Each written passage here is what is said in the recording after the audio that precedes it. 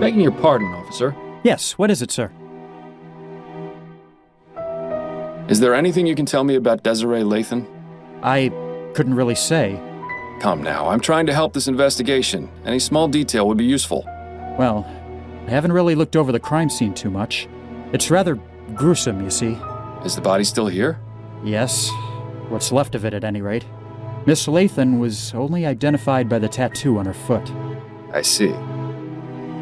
Has there been much progress here? Snelling and Parsons examined the scene, that's all I know. Do you think I might have a look, now that the initial investigation's been conducted? I'm afraid that's out of the question, sir. I have my orders.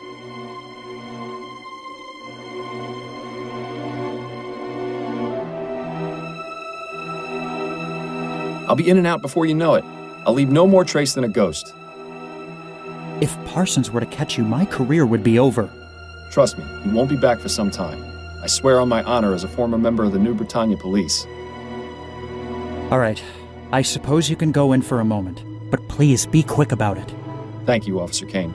I promise this will stay between us. I just love rookie officers. They're so gullible. I once got one to shine my shoes for a week after convincing him it was department policy. Good times. What was Chief Snelling doing here? He was inspecting the crime scene. Yes, but why was he involved? Is there something special about it that would require the Chief of Police to look into it? Well, someone thought it might be related to the big case we're not supposed to talk about. You mean the mass murderer? Yes, sir. I could see why the chief is upset that the news has gotten out. And is it related? No, I don't believe so.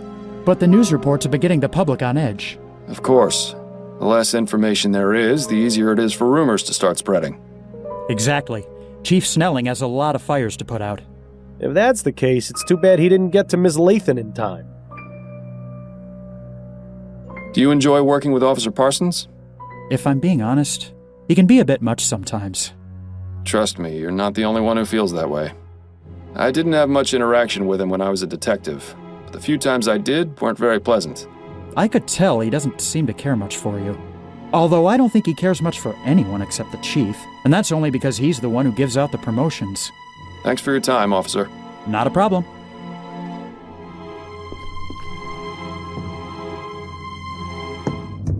That's certainly a pungent aroma.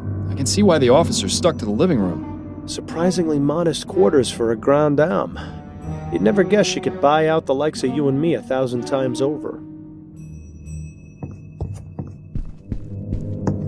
That's a nice portrait of Miss Lathan. Too bad it was damaged by the fire. The area where the artist's signature should be has been singed and is unreadable. Too bad. But the date is still legible. It's from this year. Some crumpled up letters. They look to be of the romantic variety. They're from the same person, one Peter Andrews. It's always sad to see a case of unrequited love. I'm thinking we should find out who this Peter Andrews is. Good idea.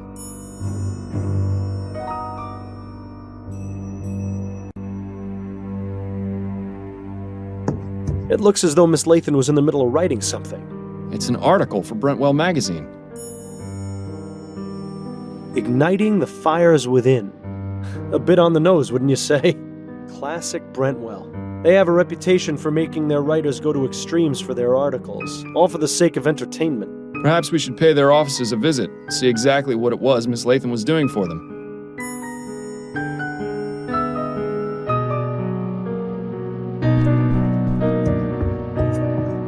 Odd. Another pile of ashes under the bed. Looks as though whatever she kept underneath got burned too. Or it could be that whatever was under the bed is what caught fire in the first place. Although, there's no evidence of what started it. All that's left is a small piece of cloth. Might as well take it. The cloth appears to have some oily residue on it. Interesting. Ashes to ashes and all that. Glad I was buried. Cremation always seemed a bit too hot to handle. Now's not the time for jokes, Bill. Are you serious? Death is the best time for jokes. Otherwise, it's all just a bunch of boo-hoo-hoo this and wah-wah-wah that. And trust me, there's plenty of that in life. Hell, you'd know better than anyone. All right. Just shut it for a bit while I look over the crime scene, would you? I need to concentrate. There's a tattoo on her ankle. It says, "Dancing through life." Hate to break it to her, but that dance is over. This one's clean. Well, aside from the fact that the rest of the leg is burned off. I don't think Desiree will be able to give us a hand with this investigation. Bill? What? I thought it was funny. Ugh, greasy, fetid, stinking ashes. Who knew the human body was capable of producing such a disgusting byproduct? I'm surprised the coroner hasn't taken the body away yet. Probably because there isn't much of a body left to take. Either that, or Dr. Edwards knows better than to deal with something like this.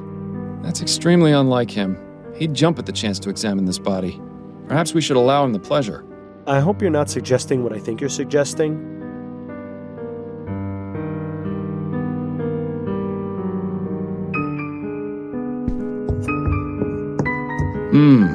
There's a letter in here.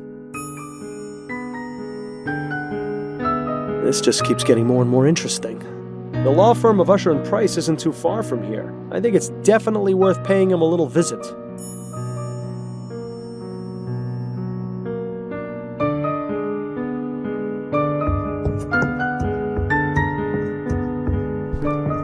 Doesn't look as though this fireplace has been used in a long time. I suppose we can rule it out as the source.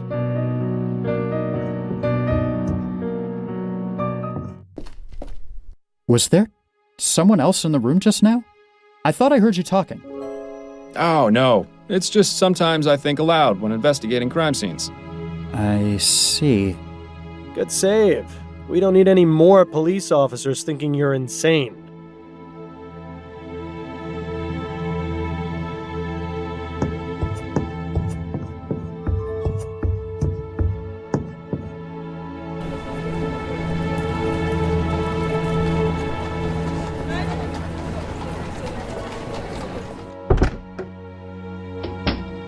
Good afternoon, sir. Welcome to the law offices of Usher and Price. May I help you? Yes, good afternoon. My name is Miles Fordham. I'm a private investigator, and I'm looking for Jonas Usher. Oh, I'm sorry, sir, but Mr. Usher is not seeing anyone today. If it's a matter of urgent legal importance, you could see Mr. Price.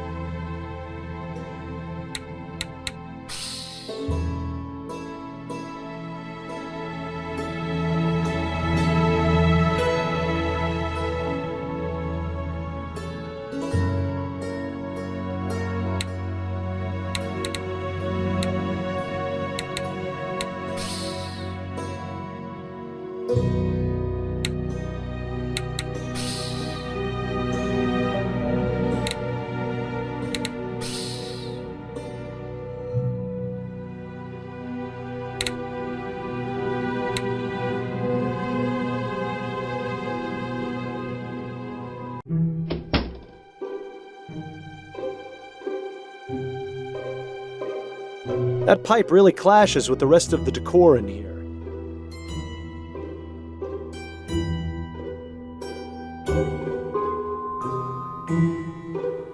The plaque says it's a portrait of Thomas Usher. Looks like a real go-getter.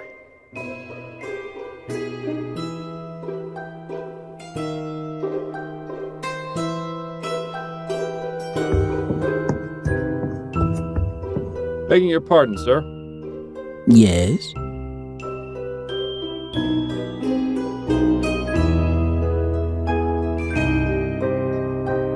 Sir, it is of the utmost importance that I speak with Mr. Usher. And as I said, he isn't taking visitors today.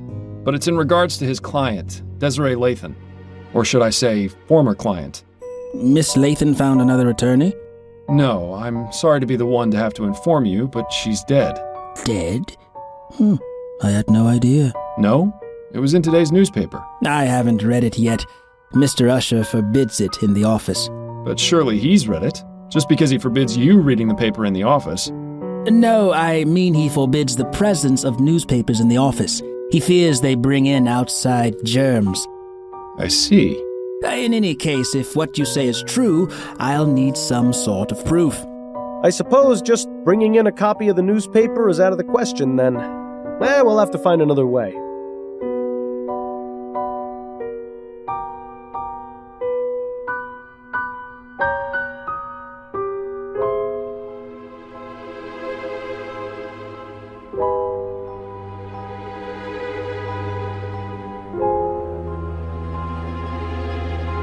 Perhaps Mr. Usher will see me when he sees this.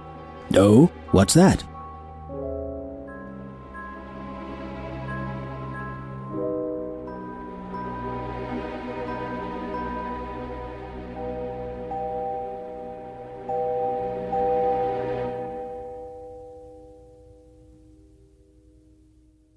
A letter from Mr. Usher to his client, Desiree Lathan. What? That's private correspondence. How did you get that? It was evidence I found at a crime scene. And how is it relevant? The crime scene in question was Miss Lathan's own bedroom, where she was found burned to death. That's quite a claim, Mr. Fordham. I can assure you that Mr. Usher deals primarily with facts. Right now, the only fact this letter proves to me is that you somehow rummaged through Miss Lathan's possessions and acquired it. He does have a point. We'll need something a bit more persuasive. I actually don't have anything to show. Right. Please stop wasting my time then. I'm very busy. I appreciate your time. Enjoy the rest of your day, sir.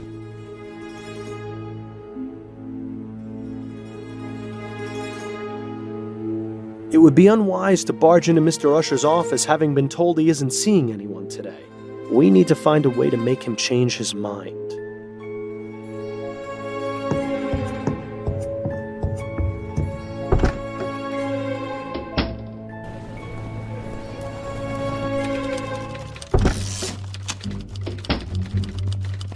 Got a moment, Upton? Yes, but let's make this quick. That's it for now.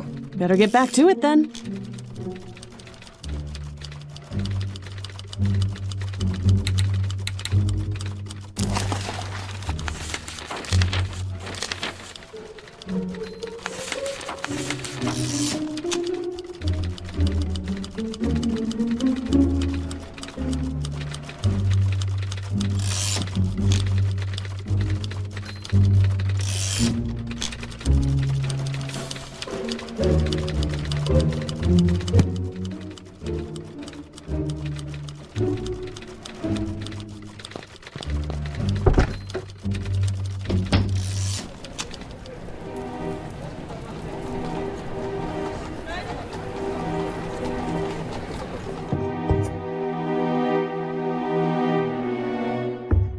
An invitation to the Gascon Grand Dame's Ball. It seems it was held 2 nights ago at the Gascon Supper Club. Nothing new to ask him. I'm afraid I need to have another look inside Miss Lathan's room, Officer Kane. All right, but please be quick about it.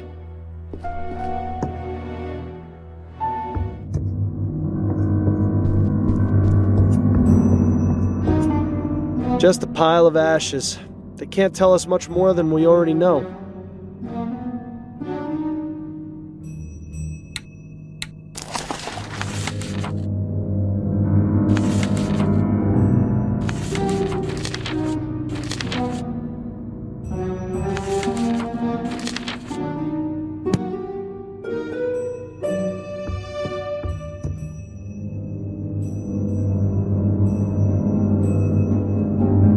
Oh, Miles, really? You're going to carry the ashes around in a pewter mug? It's vital to the investigation that we find out exactly what happened to the body. If anyone can tell us for certain, it's Dr. Edwards. Fair enough. I suppose this isn't the most unpleasant thing you've carried around before. Remember that time we had to go looking for that murder victim's missing head? I'd really rather not, actually.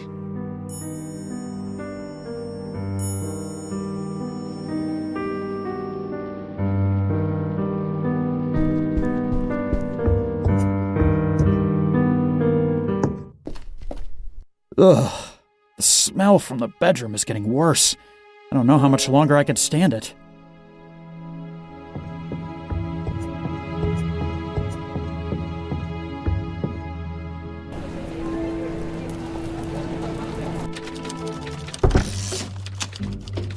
Dear Lord, what is that smell? Did you step in something out there, Fordham? Private investigation is a dirty job, Upton. You know that. Got a moment, Upton? Yes, but let's make this quick. Would it be possible for me to access the mortuary? The mortuary? What for? I'd like to consult with Dr. Edwards. All right, but be careful. Make sure you don't let Snelling see you back there.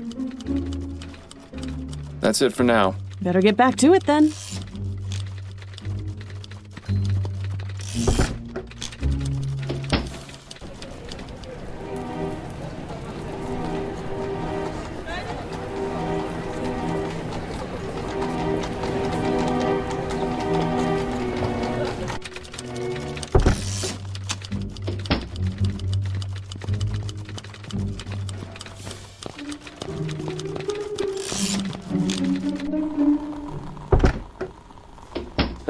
Dr. Edwards' lab was always a fascinating place to learn about death.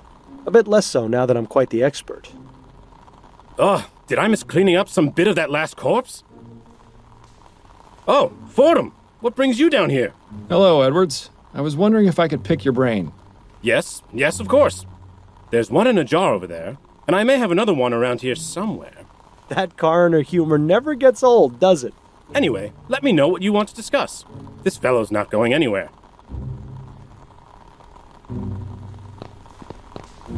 Pardon me, Edwards. Yes? I've got these human ashes from a crime scene.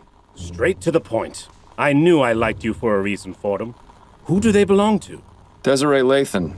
She was a Gascon Grande Dame. Oh, of course. I heard about that case. She was found burned in her home, wasn't she? That's right. I meant to go over there later today. Well, then I suppose I've saved you the journey. Would you have a look at these? Does this mean you're officially on the case? Not as such. In fact, I'd appreciate it if you didn't mention I'd been here. Ah, clandestine operation. Sneaking around under Snelling's nose. I don't have much of a choice. I'm pretty much persona non grata around here these days. Well, you're always welcome in my mortuary. Preferably while still breathing, of course. Anyway, I'll just take those ashes off your hands. I'm sure your social life will soon improve. Yes, I was making quite the impression. This is an interesting choice of container. It was either that or carry them around in my bare hands.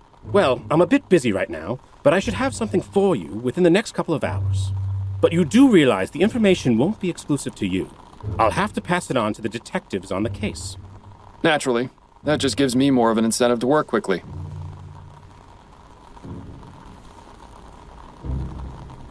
I found this piece of burned cloth at the crime scene. Could you take a look at it for me? This is from the Lathan case? It is, yes. What do you need me to look at exactly? It appears to have some oily residue on it. Interesting. I'm afraid I have my hands full right now, but you can feel free to use my workbench if you'd like. To do what exactly? Surely they taught you something about basic chemical analysis when you worked here. Yes, well, I always let Bill handle the more technical aspects of our cases. A real pity I'm not around to help you anymore, isn't it? But I'll have a look and see if something comes back to me. Keeping busy down here, Edwards? Oh, you know me. I've always got my hands in someone. Edwards always did have a way with words. This postmortem was just a formality, really. The victim died of a gunshot wound to the head. Last week, though, we had a real kicker. An old man was brought in, and though he appeared quite dead, I was told that he'd been in a trance for over half a year. Apparently, he was hypnotized right at the point of death, and somehow managed to remain alive, in a fashion. In any case, when I began performing the exam, his entire body decayed into a putrefied mess within minutes. It was fascinating. Should you really be giving me these details, Edwards? Oh, hell, I don't mind telling you, Miles. It's not like you're going to go tell Snelling. Besides, you're the only one who's come to see me all week. Dead people make lousy conversationalists. Hey, I take offense to that statement. So, Snelling got promoted to chief, did he? Yes, not too long after you left. Personally, I think he took advantage of your situation to change things around here. Was it really that much of a shock? Bill and I weren't exactly the most well-liked detectives on the force. But you were respected. You two solved over 350 cases in 15 years. You were an institution. Damn right we were. It's so easy for people to resent their more successful peers. Ah, Edwards. Nice to know someone missed us. You didn't examine Bill after he died, did you? Ha! He wishes. No, there was nothing inconclusive about his death. He died from impact after falling from the roof of a building. Why, was there something else I should have looked into? No, I was just curious. As fond as I am of Edwards, it would have been a bit much for him to go poking around my insides. Thanks. That's all I needed to know for the moment. Anytime, Fordham. Looks rather fresh. There's a plaque at the base of the jar that says H. Putnam. Well, at least he died with a smile on his face. Sort of. I'm pretty sure I saw Edwards weighing his lunch on this once. I remember when Edwards used to keep his collection of preserved reproductive organs on this shelf. He must be getting soft in his old age. Or perhaps that's exactly what happened to his collection. A fine example of well-developed deltoids, latissimus dorsi, and gluteus maximi. I wonder if Edwards ever got around to fixing this typewriter. The letter E being out of alignment always made his reports a nightmare to read. It's important to keep your hands clean when dealing with dead bodies. After all, you never know where they've been. Until after the post-mortem exam, anyway. This provides the room with just the right amount of heat. Unlike the incinerators in the crematorium. Talk about overkill. Edwards keeps assorted bottles and specimens in there. Nothing too remarkable that I can see. Nice pair of legs. It sure is a lot of rubbish crammed inside our upper bodies, isn't there? You've seen one dissected torso, you've seen them all. The brain is truly a fascinating organ. If only more people used it. A fine example of well-developed deltoids.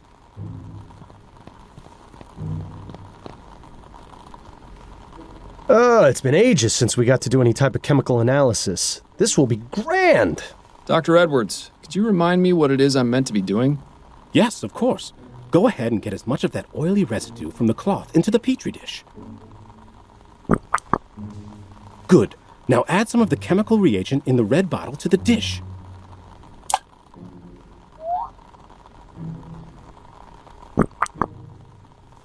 Aha! The oil turned orange. Yes! The reagent has caused a chemical reaction and changed the oil's color. Isn't science fun? Quite. But how does this help me? I have some samples of the most common types of flammable oils on the shelf. Go ahead and add them to the test tubes. Good. Now simply check each one with the reagent to see if you can find a match. And if I don't find one? Then I suggest going out and looking for more oil samples.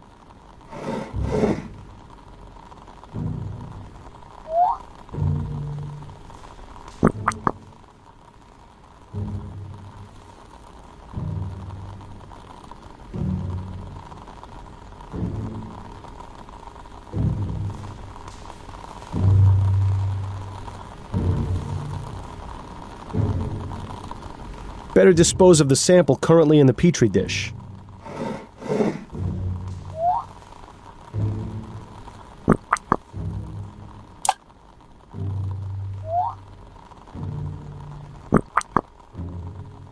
So much for kerosene being the culprit.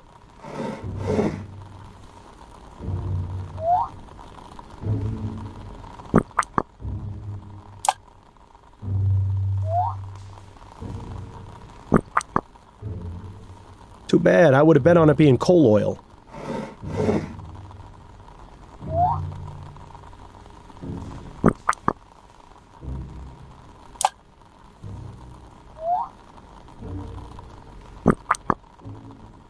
Well, oil be damned. Looks like that's not a match. Oh, you love it. Looks like ammonium chloride. Won't be of much use to us in this experiment.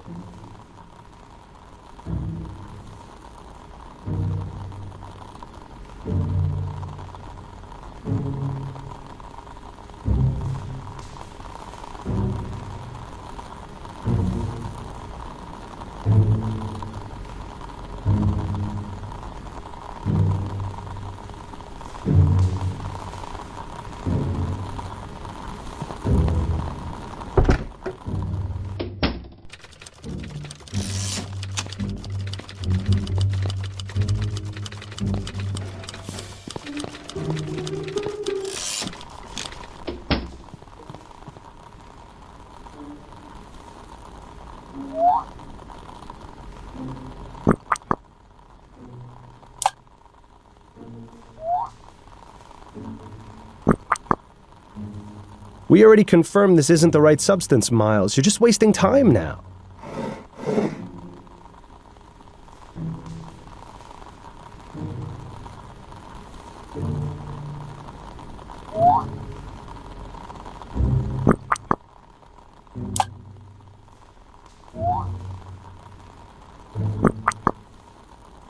We already confirmed